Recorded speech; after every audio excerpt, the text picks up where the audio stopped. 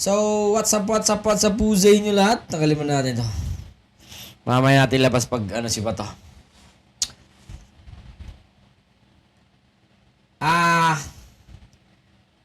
Sa isang hearing o yung nakakang-hearing po sa Senate o sa House nung dumalo si Duterte. By the way, magandang hapon po sa... Excited eh. Magandang hapon po sa inyo lahat, no? Ako nga po pala si Sangyo. Ang dakilang sangyuman ng Pilipinas. Eto, pag-uusapan po natin to. Yung dalawang magkaamuyong na si Duterte at saka si Bato. So, eto na. Panoorin natin kung ano ang sinabi ni Duterte tungkol sa ICC. Panoorin natin to. Sige. President ba ay willing na mag-cooperate sa investigation sa ICC? Kaugnay dito? ICC, ma'am. I'm asking the ICC to hurry up. Ala! Ay, bilisan! Bilisan nyo, sabi niya. Kasi, matutugi na ako. Si Bato! Kawawa si Bato. Putang ina, kaya pala nananahimik si Bato yan, oh. Putang inang yan. Tang ina, laglaga na talaga. Tuloy natin. And if possible, they can come here and start the investigation tomorrow. Tragis na tulala si has Miguel been Dea, oh. left hanging for so many years. Matagal, ma'am. Baka mamatay na ako. Hindi na nila ako maimbestiga. So, I'm asking... Kawawa si Bato. Tang ina. Alam po sa hindi po nakakaalam, no, si Bato po ang kaya po nag-iimbestiga ang ICC dahil sa drug war. Puno dulo ng drug war. Kaya nagkaroon ng extrajudicial killings. Drug war po ni Duterte. Kaya po nag-iimbestiga ang ICC. Sa mga hindi ho nakakaalam, ang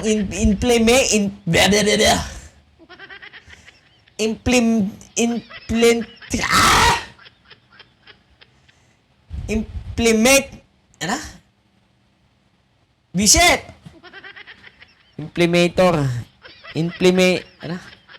Tangina! Sa Tagalogin na nga lang natin. Ang tagapagpatupad po ng drug war ni Duterte ay si Bato. Ang dami hong namatay. Sangkot ang maraming kapulisan at mga DDS Davao Death Squad.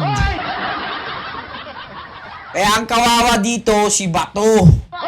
Damage control talaga to si Bato, kaya pala nanahimik. Laglagan na Bato. Tang ina mo.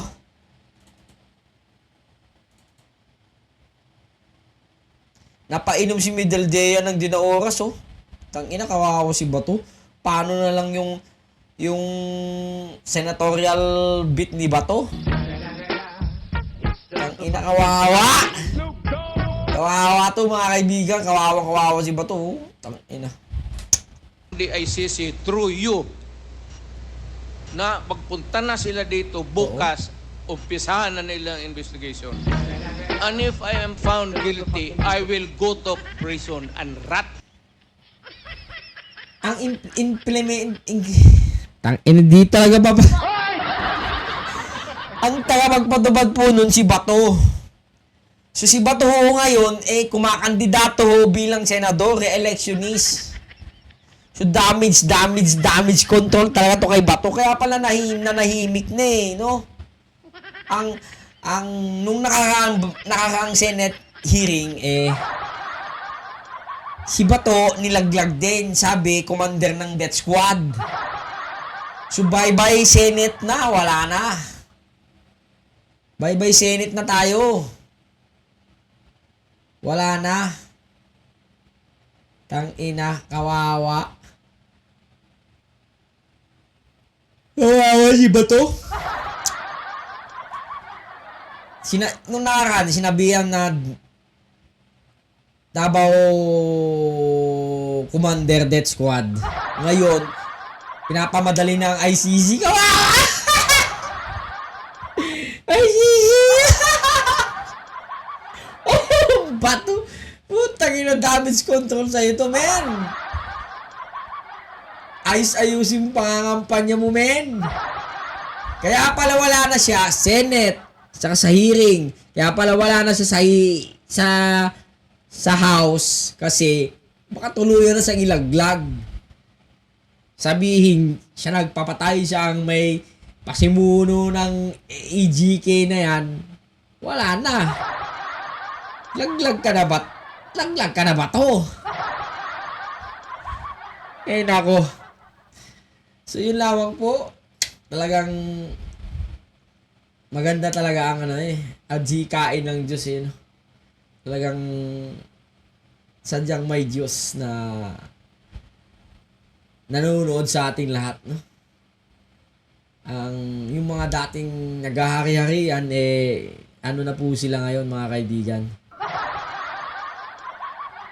Kumbaga, lagapak na sila. Tuk na ako.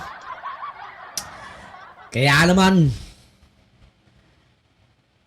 bantayan po natin to, mga kaibigan. Huwag po natin palusutin na yung mga naghari-harian nung mga unang mga nagdaang taon, nung mga walang nagawa para sa buhay natin.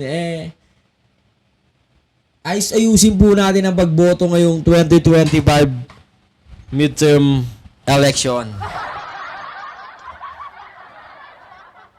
Yun lamang po. Yun lamang po ang obserba natin sa laglagan nila. Laglagang Duterte and Bato. Biruin mo, kayo, tangina, sinunod-sunod mo, inaamoy-amuyong mo, kulang na lang, dilaan mo yung puwet ni Digong noon. Tapos ngayon, ilalaglag ka pala. Sayang lang, baka mag-isip-isip ka, wag ka na mangampanya. Dahil siguradong lagapak ka. Kita mo si Bongo. Playing safe si Bongo. Tahimik. Duterte lang ang laging banggit. Ikaw, ang dami mo. Dapat ba to? Ito ang isolated advice.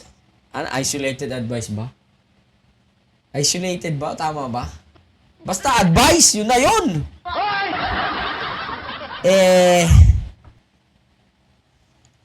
Manahimik ka lang. Less talk, less mistake ba to? Yan ang isaksak mo sa baga mo. Ha? So yun lamang po.